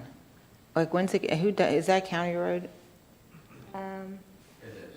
Does Yeah, anyone know when it's that's supposed a to be done? county project with the partnership of the developer, Evans Farm, so I can try to get that timeline. Yeah, too. that would help to know when that's going to be open. But yeah, I mean, I know it's already here, but that's a very high intense commercial use directly adjacent to Evans Farm. And, you know, originally we were told it was going to be ball fields for the community and a small ballpark. And then when I was out of office, it got approved. But, I mean, we want you to be successful. We just want you to So you know. I will tell you right now, that never was what it was supposed to be. So, Well, for instance, in the very beginning, 2016, is what is in the minutes. But when you bought it, it was never, I don't think it was ever designed to be a massive baseball facility. 100%. You are. You guys came in later. Yeah, you came in later. When it was first brought for the community, yes, you are correct. When it was approved by zoning. Before we even bought it, another company came in. So 2016 was not us. Yeah, it was not, I'm just saying that I was here in 2016, and so when we heard it was going to be some ball fields for the community, and of course, no one was here. None of the Evans Farm wasn't built, but it was sold as being some, like, there were going to be some free ball fields for the kids and some kind of ballpark but not a massive facility. So, you know, it's going to become, if it's going to be that. Massive. We only have 4 fields. Well, once Pyatt Road opens, that should help with the traffic. Hopefully, people could come that way, but I don't know. Yeah, so a guy out of Westerville is the one that brought this to you guys, but we did not buy that land until 2019, December of 2019. When was this approved, the sports? 2021? 22? What? We didn't, No. Well, we were, we started in '22. yeah, I We did started not hear again. anything. Yeah, it wasn't in 22, it must have been before. The Zoning. zoning, yeah, but it was sometime between probably 2020, 21. The zoning was approved in February 2020. There we go. Oh, wow, okay, well, there you go. All right, now we know. But it's just, I was concerned with all the lots along Pyatt, all the people that are living right there. And I think if the developer had anticipated this, they should have just left that empty. I mean, it's a hard situation, but, Will it be beneficial to send you guys over a traffic study? Because we got it. yeah, that would be Yeah, helpful. sure. Yeah. It's not going to change the zoning, but it would be useful. I don't have your email, but I had. You can send it to me. I'll Back to Michelle, okay. When I send the schedule over, I'll send it over with it. Okay. Even his developer is his attorney. Yes. That's not true. Actually, Zenius is the That's developer. not true. Is it Dan Griffith? I think we Yeah, I- probably have some additional public comment, so All right, thank you, thank you. who would like the microphone next? Okay, yeah. Is any more, Yes. anyone else want to? Thank you. Thank you. Anyone else want to speak? Come on up.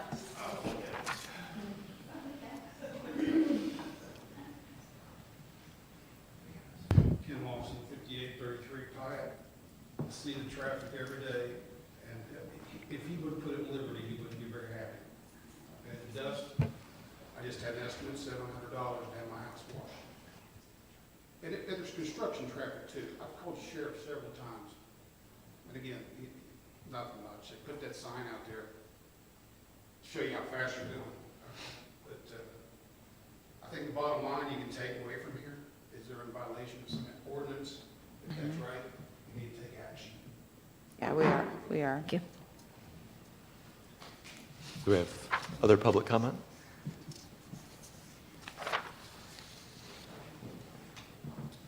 Hi, Amy Cruz, 5763 Pyatt. I wasn't going to come today, but hearing that 5 people show up made me feel like I had to come and tell my story. Everything that I say, people here have already said, but I'll reiterate it to just prove that we're not making it up, we're all experiencing this. I'd say my 3 biggest concerns are the dust, the traffic, and the lights. The dust, I'm glad that they're paving the entrance. I'm concerned about the actual parking lot piece. It doesn't seem like they explicitly said they would pave that. They were kind of dancing around it.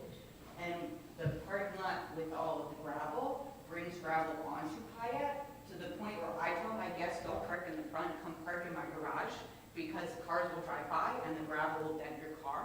And it sounds like a minor thing, but I shouldn't have to deal with that at my house. And secondary for the traffic, I've lived in this house for a year, so I was there before the park opened. Last year, I sat on my porch literally every single day. I can't go outside anymore because every 4 seconds there's a car going past and it drives me nuts. And I can hear them from inside my house when they're going over the 35 miles an hour. And it just is very, very, very much more traffic than I anticipated when I moved into this house a year ago before the park opened. I'm sure it will be better once the rest of Pyatt is open. I also was told, I don't know if this was by a credible source, that the Shanahan exit would be the main exit, and the one that we have right now in Pyatt was the emergency exit, so there would be lower traffic, which is part of my consideration, but that could have just been hearsay rumors throughout the neighborhood, who knows. And then the third thing with the lights, my bedroom, the whole front wall is for my bedroom, and the top window doesn't have curtains or anything, so it's in my room all night long. I can buy curtains, I can do all that, it would be fine, but it's just annoying to have to deal with these things if there are zoning rules and regulations that aren't being followed that are causing the problem. So trying to be reasonable about it. I'm really excited about there being a park. We're gonna have kids in a family, we're gonna put them in the thing, it's great. But it's deteriorating the quality of life to have to not be able to sleep and to not be able to think straight on my own porch. So that's what I wanted to share, thank you. Thank you.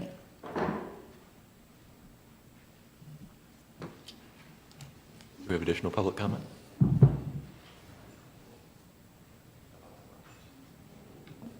Okay, I don't think we have any additional public comment at this time.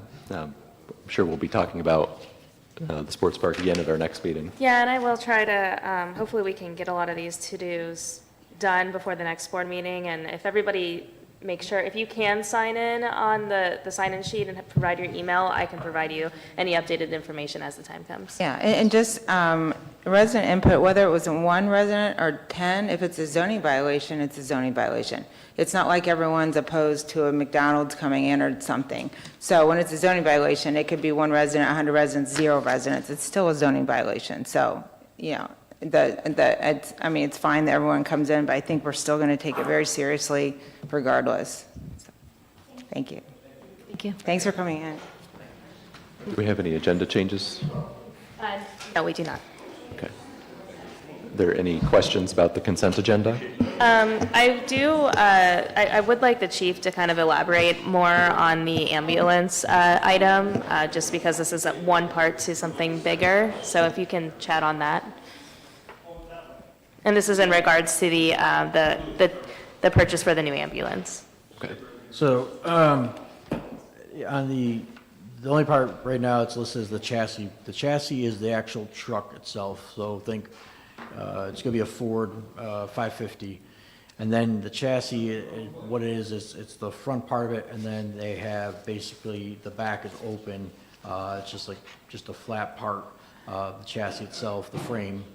Then the medic part, the ambulance part, is the box itself where the patient care is done. So what we did was, we're in the process, next meeting, we will have the ambulance part. We're still trying to coordinate and make sure that we have the proper quote and everything.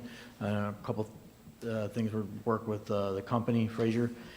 But the biggest holdup for getting an ambulance in right now is the chassis. The chassis takes a while. So what we did, we separated it. We saved $10,000 by separating it. Instead of having the company do the chassis and the box, separating, we saved $10,000, but we need to do it.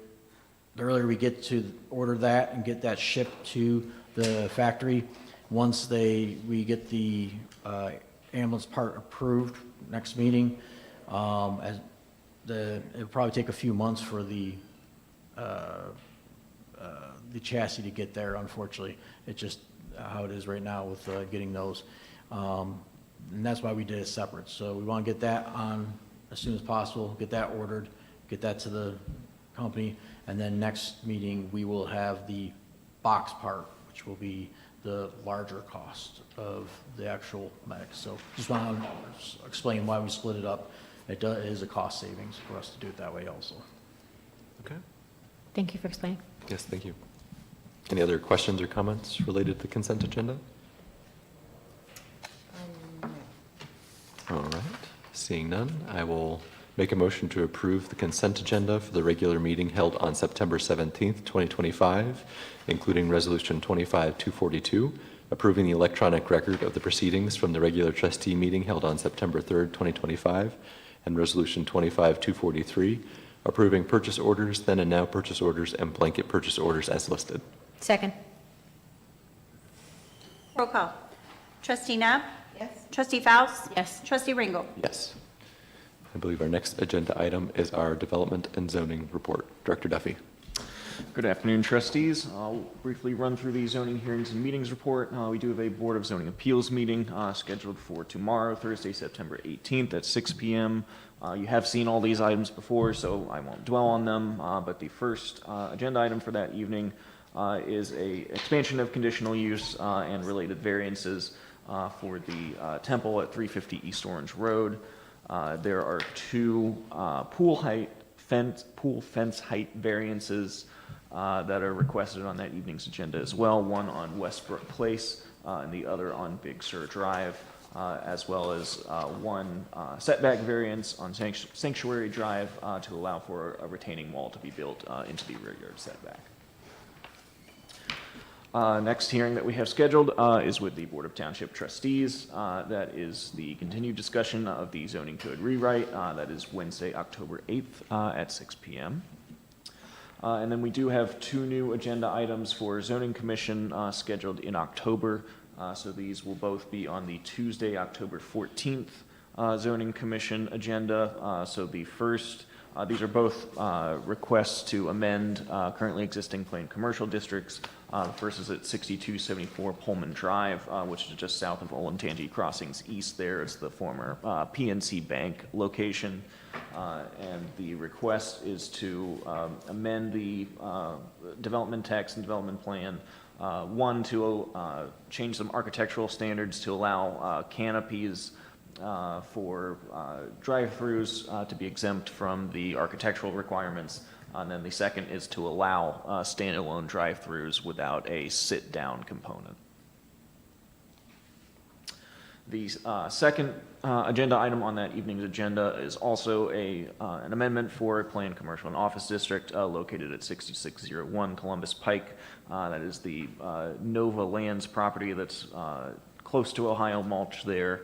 That is the builder with the swing sets and accessory structures there. They are requesting to essentially demolish one of the existing buildings that is on their property and then essentially rebuild it. It will look slightly different, but it'll be more or less the same footprint, but the current development text does not allow any alterations to that building, so they're requesting to amend it accordingly. What is that property used for currently, you said? It's owned by JDM Architecture. Correct. Outdoor. Swing sets, Yeah. sheds. So it's still the same use? Yes. But it's a model home? Yeah, so it's an Amish builder. There's an old home on the Yeah. property that they built their sheds, display sheds around. So this is the old home I think they're looking to demolish. Why is it called a model home? That was probably the language that they use. I mean, it's a model home, not that there would be residences on the property, but I think they would utilize it as an example of their craftsmanship. Yeah, I think they have that in the northern part of the county too, on like 36, 37, they have these like couple random model So homes. they that build you- houses also, and they build play sets? That is my understanding. Yeah. We'll Oh, get and some they've more always built clarification. houses? I thought it was just play sets and decks, but it's, I don't think, this might not be his first business. Is this his first business? Yeah, I'm not I sure. think when we were part of the original zoning, I think he has a couple other businesses. what's the difference between model home and just like having a building that you sell stuff out of that's not in a neighborhood? Well, I think this is for a resident, like they're selling home, a model of a place you could live in, yeah. Yeah, but are there, oh, okay, so they're having places that you would go into that building, and that's an example, is that what you're saying? Right, yeah, Oh. no one would ever live there. Yeah. And we'll make sure. And they'll that still have another separate building that sells the sheds and stuff? Is there another, there's another building They on have there? an office space currently just east of the parking lot. And that's entrance on the- remaining? Correct, yes, this would be the only difference. But did you say there was a model home? So there's not a model home currently. There is Currently. a home, a former They're gonna home. demolish There's a that. structure, Oh. but it's apparently the foundation is Yeah. not in great shape. They need to essentially start over. Yeah, I don't think we have any of those in the township, do we? Just up north? Not for like not to my knowledge for a commercial district. It's usually, a lot of the developers build a model home and then eventually. Yeah, in their occupy neighborhood, it, yeah, and it's different than, it's like a standalone, that's interesting. Okay, I understand now, thanks. And then the only other item on the zoning commission is hearing that is not scheduled, then is for the ZON-25-04. That is for the proposed mixed-use development on North Road. That was tabled at the zoning commission level. They do not have a new hearing date set for that. And then what with the temple, what variances are they asking for? So it's kind of evolving, but the biggest variance that they're asking for is, well, I guess there's two.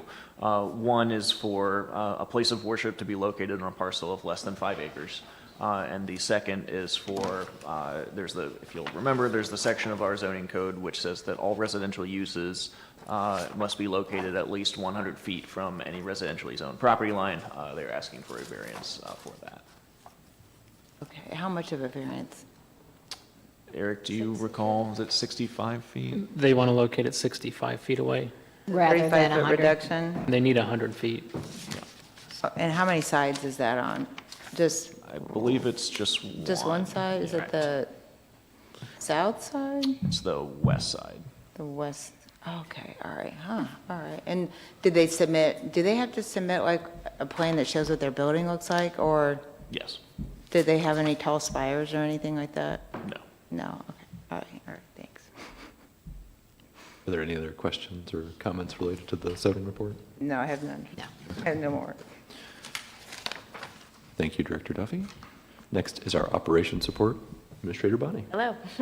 Yes, under operations, we do have 2 items on the agenda. The first one is in regards to Williamsville Cemetery improvements.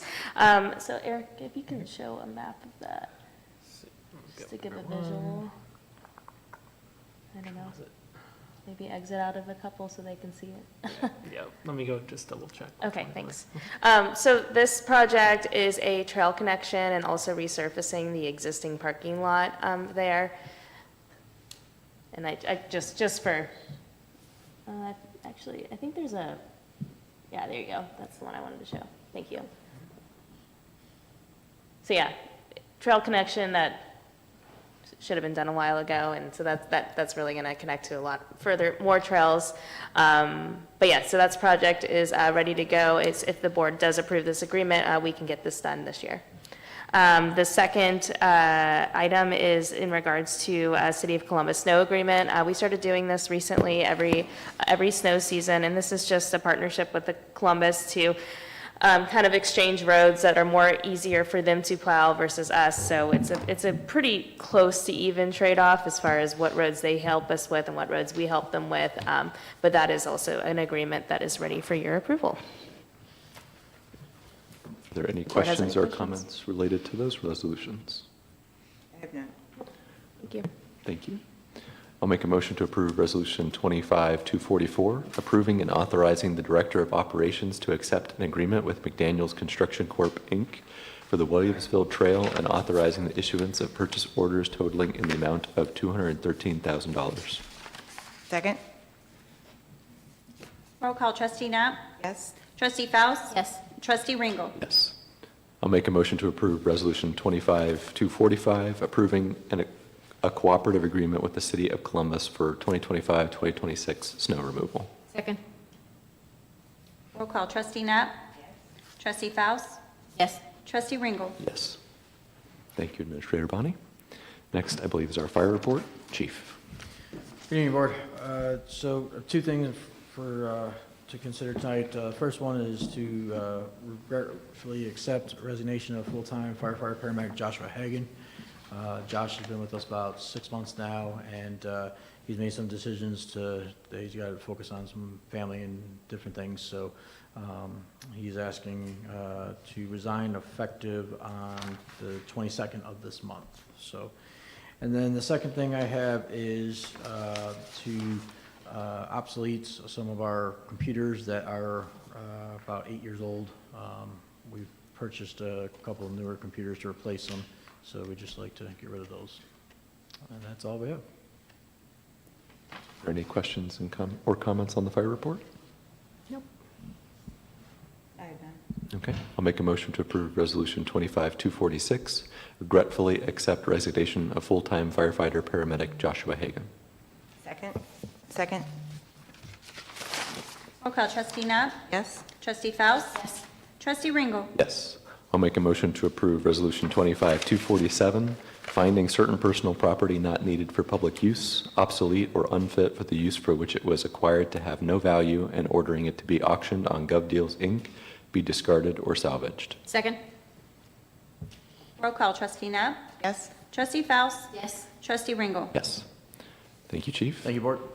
Next is our fiscal office report. Fiscal Officer Benton. Good evening, trustees. We have one item on the agenda for your approval. It would be the August 2025 bank reconciliation. We ended the month, all funds balanced at $39,258,151. Year-to-date revenue collected has been $22,182,368, with year-to-date expenses totaling $13,247,863. And I will have those at the end of this meeting for you to sign and review. Thank you very much. Any questions regarding the fiscal officer's report? I have none.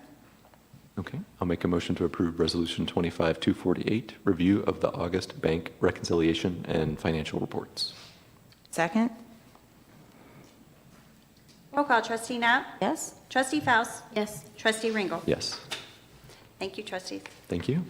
Next is our administration report. Yes, thank Administrator you. Bonnie. I only have one other item on the agenda, and this is in regards to more obsolete items. But this is just for some of our older work phones, cell phones that we use, and also the wireless phones. It's hard to notice, but we did replace the wireless phone, microphones that department heads and the public and our residents use, and we tested it out last night, and I think it went pretty well, so I'm really happy about the upgrade that we did, so we're ready to make the old ones obsolete.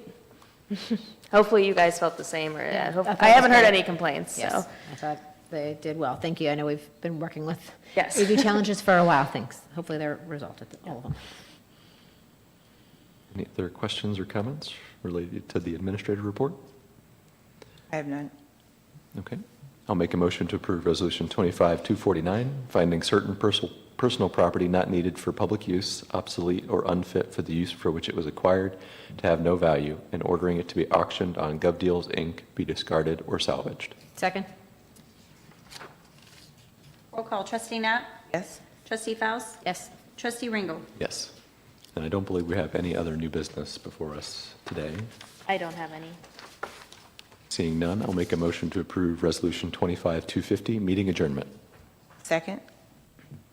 Trustee Nat? Yes? Trustee Faust? Yes. Trustee Ringo? Yes.